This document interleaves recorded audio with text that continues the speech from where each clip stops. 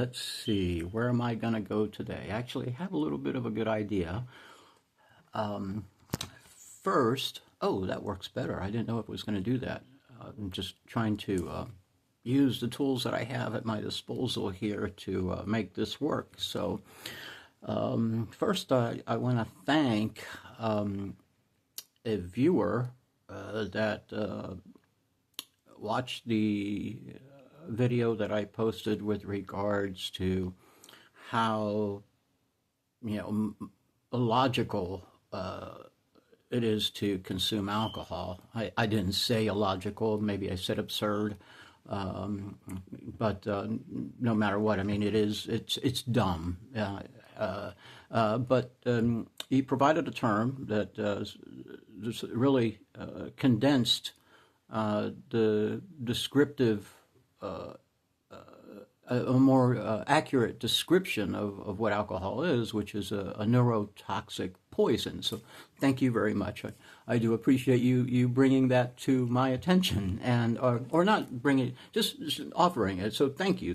I always appreciate things like that.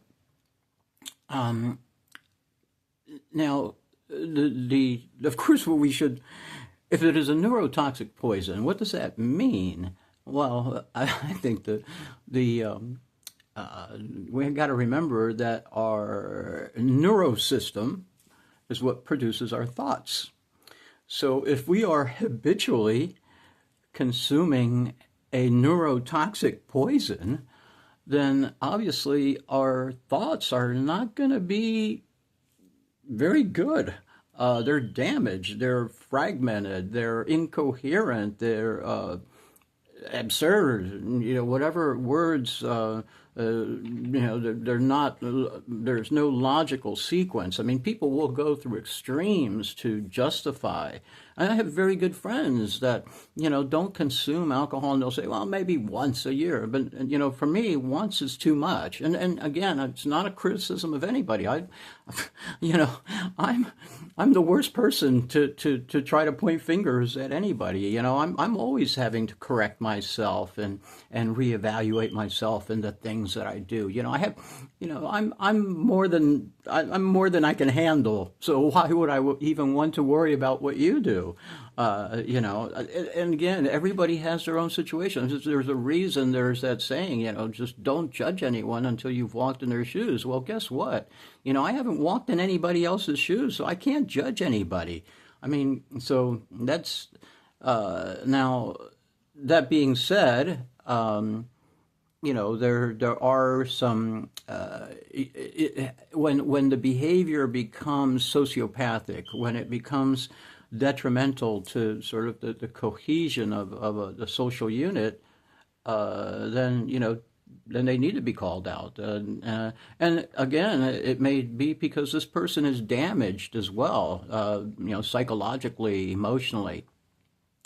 They're damaged. So, damage control needs to take place, if you will.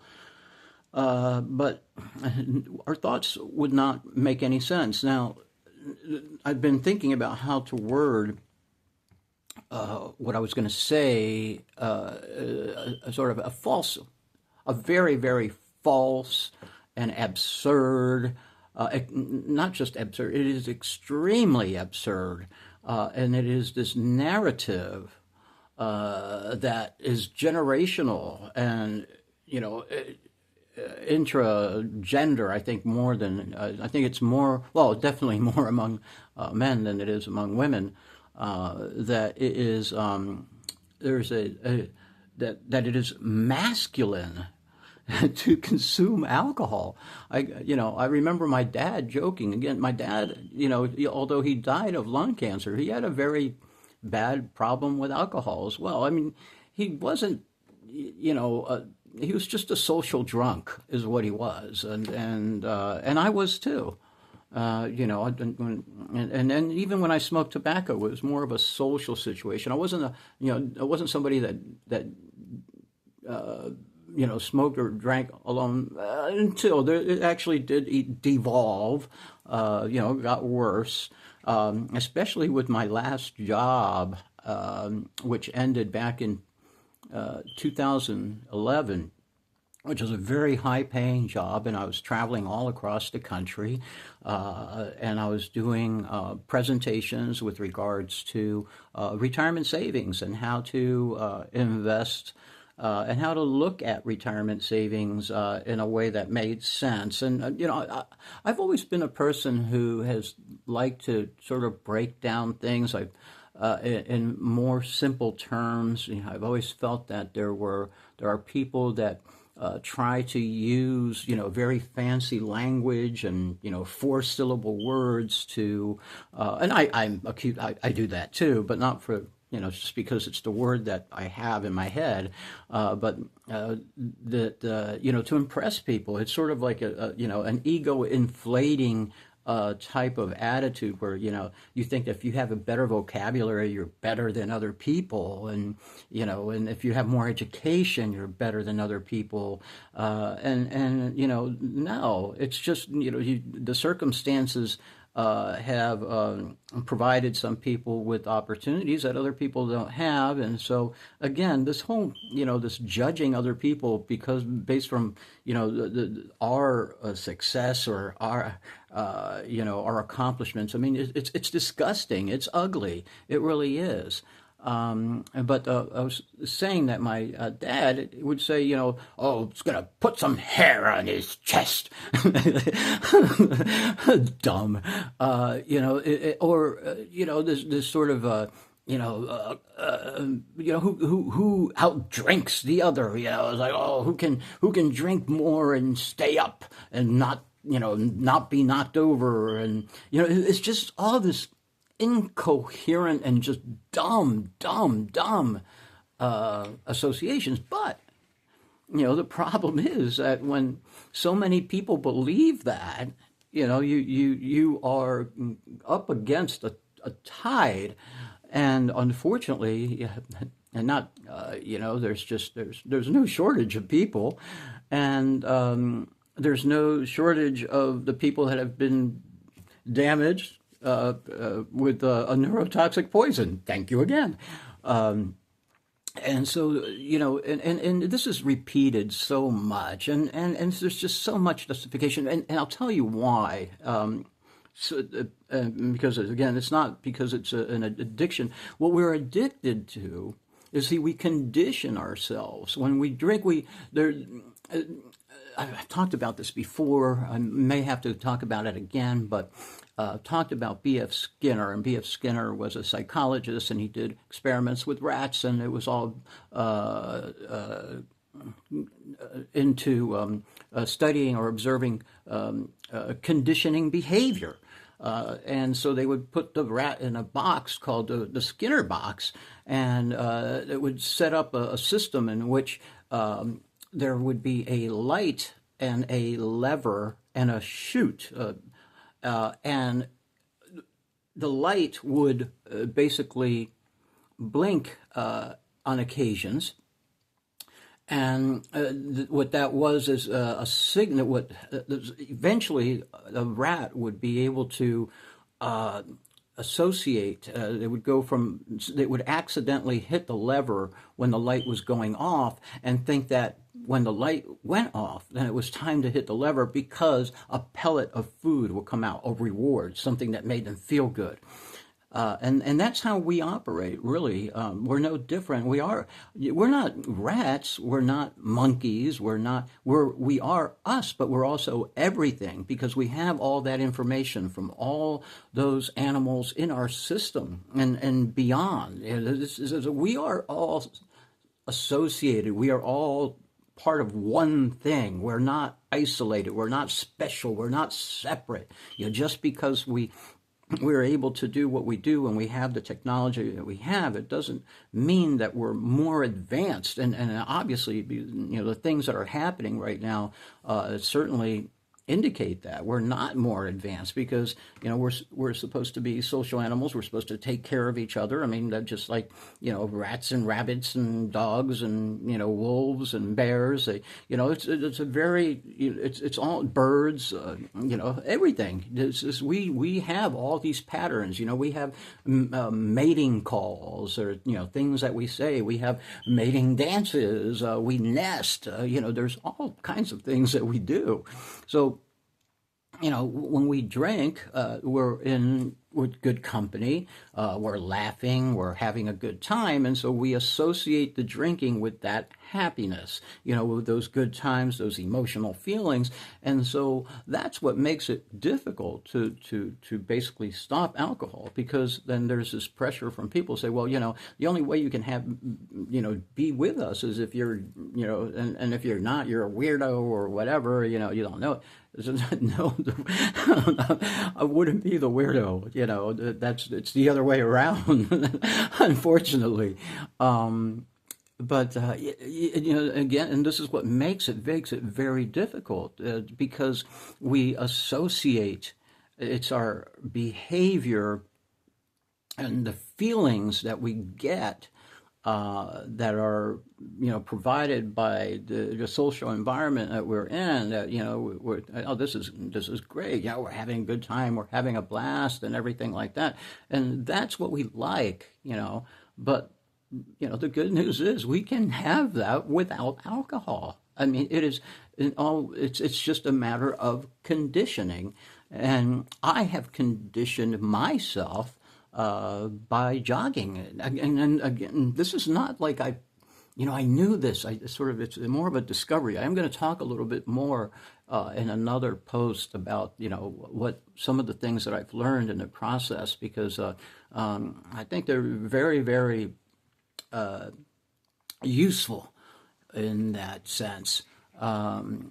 But so really, I guess more than anything, it's just an absurd narrative, and of course, unfortunately, we do have a very militaristic, authoritarian, and narcissistic culture, which is horrible, and because with extreme materialistic, materialistic and territorial ideas that are just beyond absurd, in the sense, if somebody tells you to, if they disagree with you and you say, if you don't like my territory, you don't like my country, love it or leave it. I mean, that's, there's no authority. That person does not have an authority and jurisdiction over my territory or where I live. And that's, that's a false sense of propriety and territory, because really the only thing we're owners of is this. This is what we're owners of. All this, that's behind me, it can be taken away from me at any point in time. And you know what? Actually, I would be okay with that. And it's almost is going to be in a certain sense. Because it's, now it's, I understand the concept of, my body is it's not only my temple, but it's my home, and I can be at home wherever I am, but I enjoy meeting people all the time, but it wasn't like that before. And so I have to assume that, a good part of my sort of new, fresh outlook on life, is that, oh gosh, where was I going with that? I kind of just, it's just, it's just a new outlook that I have, that I've sort of created myself by conditioning my body to do something that is positive for it. Now, of course, there's also mental conditioning, and as far as our thoughts, and unfortunately, most of us are stuck in patterns, and these patterns are forced on us, and we're told, all these things about, it's normal, or you should get 8 hours, all of this is really designed to keep you in. No, you don't need have a schedule in a sense. I mean, animals don't have a schedule. They, it's per se, unless of course their schedule is dictated by, for example, I saw a guy yesterday talking about how chickens see things. And I'd like to get informed, about stuff like that. And it was a very good explanation about the fact that they actually have a sort of a fourth cone. We have three, red and yellow and blue. Yeah, I think it's I think I can't remember now. I think it's the primary colors, but. And there's things that are outside of our scope of vision that we just can't see, and chickens can see these things, and they look at us and they evaluate us based on some things. I have to go back and listen to it, but I did find it very interesting. It was very short, but it's not something that I need to. It's something that I kind of know, that animals see things differently based on the animals and what they have to do. My point being is that given what we have available as far as lighting and everything like that, it's not necessarily important to have that schedule, because they want you to have the schedule so that they can profit off of you. And you're most people are just controlled and told and forced to work. Because we're shoehorned into this situation, and it's not. Again, I haven't lived in every place in the world. I haven't lived in other cultures or anything like that. But I am aware of the fact that there are different ways of looking at things, and different ways of treating people, and different things to eat, and different customs. Of course, there are cultures where alcohol is just simply not. It's not allowed. And I don't know if I'm okay with that or not. In a way, again, I almost think that you have to go and make your own existential mistakes. But unfortunately, if you do make a mistake, sometimes we make those mistakes that are deadly, and we're left by the wayside, or we're just another discarded human life in this sort of avalanche of this onslaught of people that we have. I am going to talk about that also in another video if when I get a chance to. But the entire narrative of being masculine to drink is just totally absurd. In fact, at this point in time, I would say that it's probably the opposite, that you're not masculine, that you're feminine because you can't stop drinking, that you don't have any, but that's not, I really don't, there's no, all these, there's masculine and feminine sort of archetypes. These are just manufactured ideals, and they don't really exist in reality. And this is something that I did allude to earlier, or another video, where I said, in this dimension there are no absolutes. We don't exist in a dimension where absolutes, there's no 100% certainty, anything, because there's also the time element, that we can never be and observe something for the entirety of its time to really say one thing or another. Another way I sort of logic my way into this is, we can safely say that, none of us know everything, and especially when it comes to an absolute objective circumstance and condition and reality. Because it's impossible. Mathematically, it's impossible. We can't know these, have a notion of what absolute objective reality is. We can't get outside of the universe and then look at it and go, ooh, that's the answer.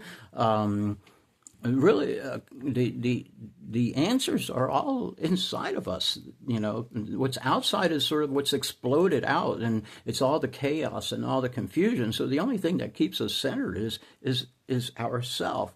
But if we're going to be pulled away, and told to do certain things that are not that do not edify, that not build us, that deconstruct us instead of construct us, help us grow, not, with physical strength, but just grow psychologically, emotionally, spiritually. Those are the things that you want, but you can't be forced into. Then unfortunately people try to tell you this is the way, this is the way, this is the way. No, no, no. I mean, it's not the way.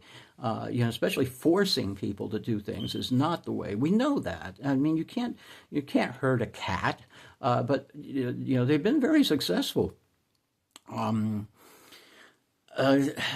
So I don't know. Maybe I'll think about this a little bit more because I mean, is it just enough for me to say that it's absurd that there is no masculinity involved with being able to consume or whatever alcohol drink? If I drink whiskey, I'm manlier than somebody who drinks beer, and there's all these justifications and all these. Is just absurd rationalizations to really justify our weakness, to justify, to just sort of, it's a complacency. But again, I hate, we're forced into this situation because of all the things that we have to deal with. So I understand the plight because I've been there. I've said I've drank for 42 years. I can remember vividly. One of the first times I drank, I'll share this with you. I was in Peru, and I graduated from high school in Peru. And the juniors were giving the seniors. Now, Peru is also another, very alcoholic. I mean, there's, alcohol is consumed, and it's even worse because then, what they do is fuel their alcoholism with cocaine to keep things going. So they don't really. As a matter of fact, I shared this with a friend. Is that there's this concept in Peru. There's this high quality cocaine that if you just do it without consuming alcohol, that's kind of really perverse. Because then that kind of means that you're just into the cocaine. And that's not good. Again, how people justify these things is just amazing, and how I justify these things to myself. But so then they like to dance, and they're out, and they're having their parties and stuff like that, and they're drinking and blah blah blah, and you're kind of, well, you want the party to go on, and then okay, do a spoon and yay, the party goes on, which is even more dangerous because then if you get into the sort of the blackout stage of drinking alcohol, which I have, and it's incredibly scary, and I'm incredibly fortunate that I haven't died because of the circumstances that I've been in. I mean, if you're in a safe place, you almost you feel very comfortable doing that because you don't feel like anything's going to happen to you. That's also, which is also incorrect reasoning because, again, I've sort of explained, when you're in that state, there's all kinds of things that can happen that you don't know what would have taken place at that point in time. Another, for example, the band I was in, Stark Raving Mad, we were touring, and we had to stop in Jacksonville. It was a very short tour. We were on our way from New York to Houston, and so we found out. We were very insistent that the shows be all ages, and we were told that the show was going to be an all ages show, and then we found out when we got there that it wasn't. So we pulled out of the show. I don't know who else was supposed to be there, who else was supposed to play, and one of the kids, or the gang, or whoever they were, there was a house, and we played in the house, and they had a keg, and I mean it was crazy. And this one kid got so drunk. I mean, he was plastered, and he was passed out on the hammock that was on the porch or something. I mean, there were beer bongs, you name it, everything was going on here. Not so much drugs, it was just beer. Maybe pot as well. Well, from our end there was, and the poor kid. I mean, he had markers. I mean, I think that people even peed on him, if I remember correctly. It It was terrible. It was terrible. And, and then, and just how dumb it is to wake up with this, these hangovers and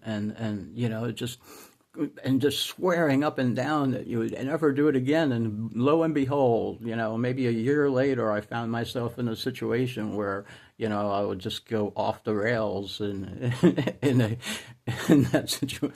It's all the circumstances, and it's just generational problems. And my grandfather, he, again, there's, I didn't get to hang out with him a long time. I did hang out with him when he was little, so I wasn't really observant of all of these details. And then when I got a little bit older, I noticed, that I did have an opportunity to see him before he died. I don't know how many years after the last time I saw him, it may have been like 14 years old or something like that. He was, in many ways, he was a good guy, like I said, salt of the earth, but he was also very prejudicial. Against a lot of different groups, kind of almost like an Archie Bunker type, but not to that extreme.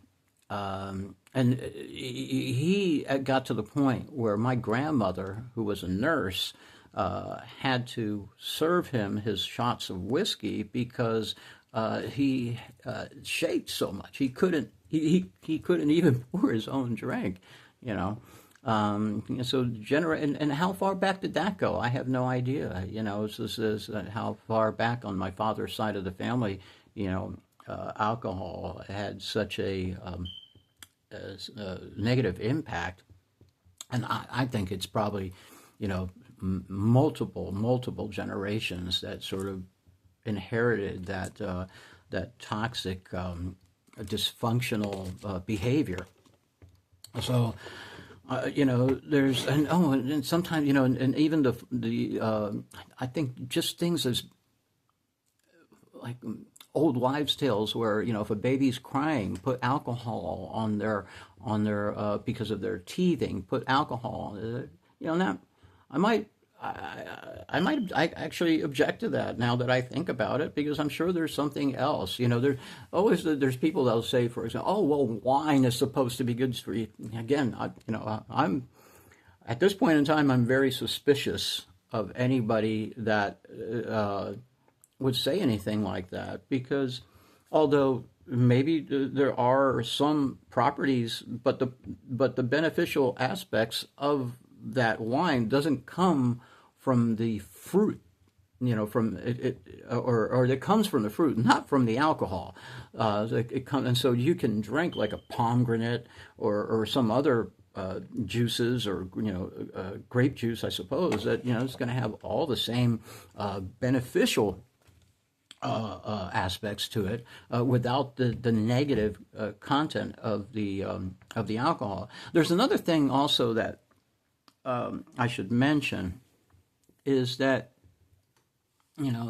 what makes it worse is if you have a sedentary life, if you really don't move a lot, because then that means that the alcohol that you've consumed is still sort of navigating in your system, and it's almost like sandpaper on your liver.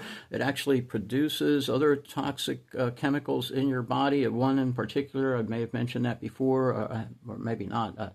I'll have to go back and research the.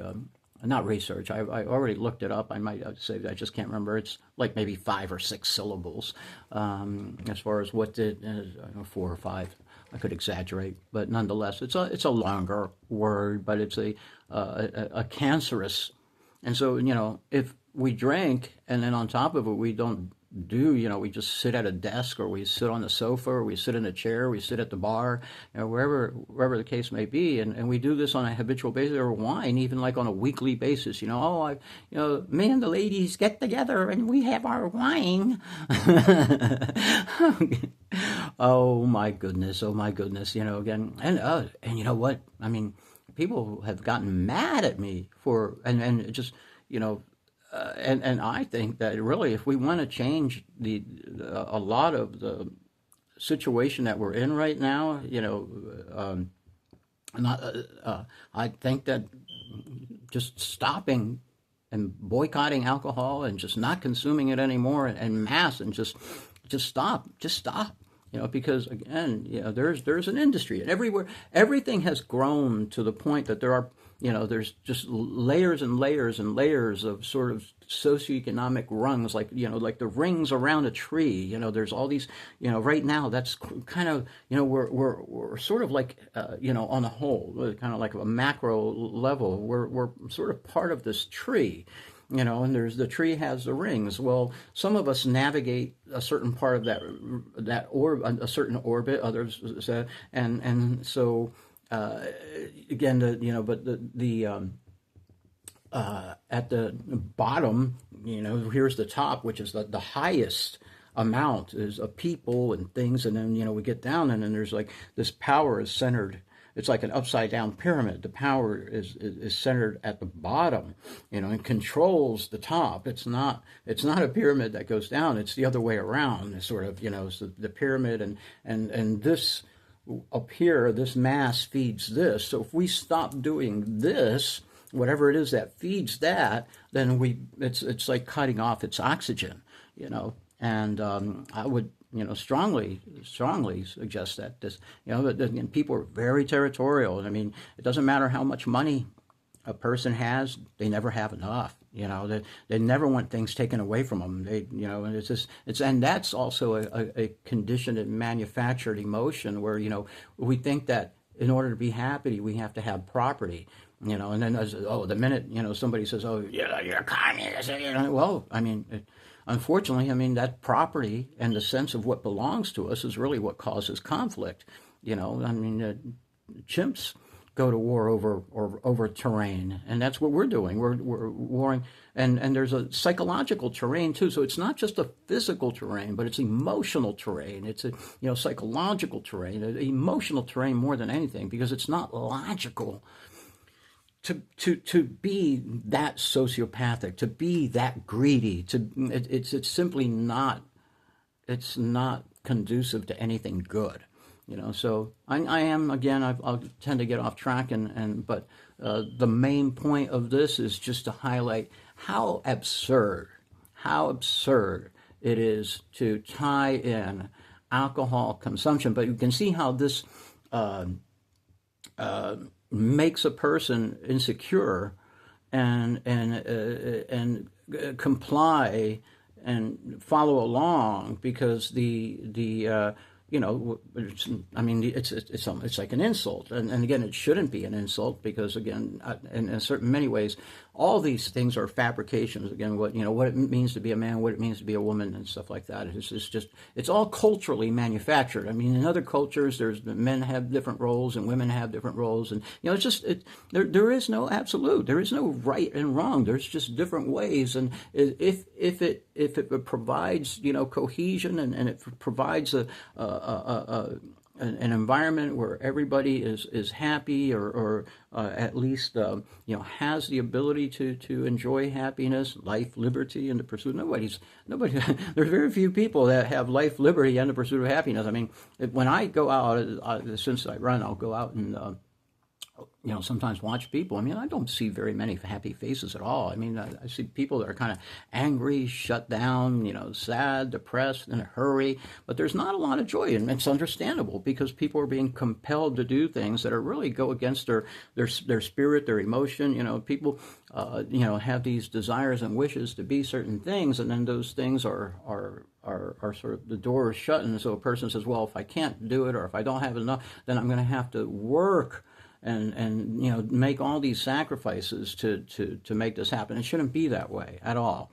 Now, again, I don't have, for me, I have my own answers, in the sense that I've done, the habit that I have that is my healthy habit, and that's my movement, my activity, my running, my jogging, whatever you want to call it, on a very, very, very regular basis. Just to give you an example, I think, again, that I was somewhere in between 230, 245 miles for the month of August on foot.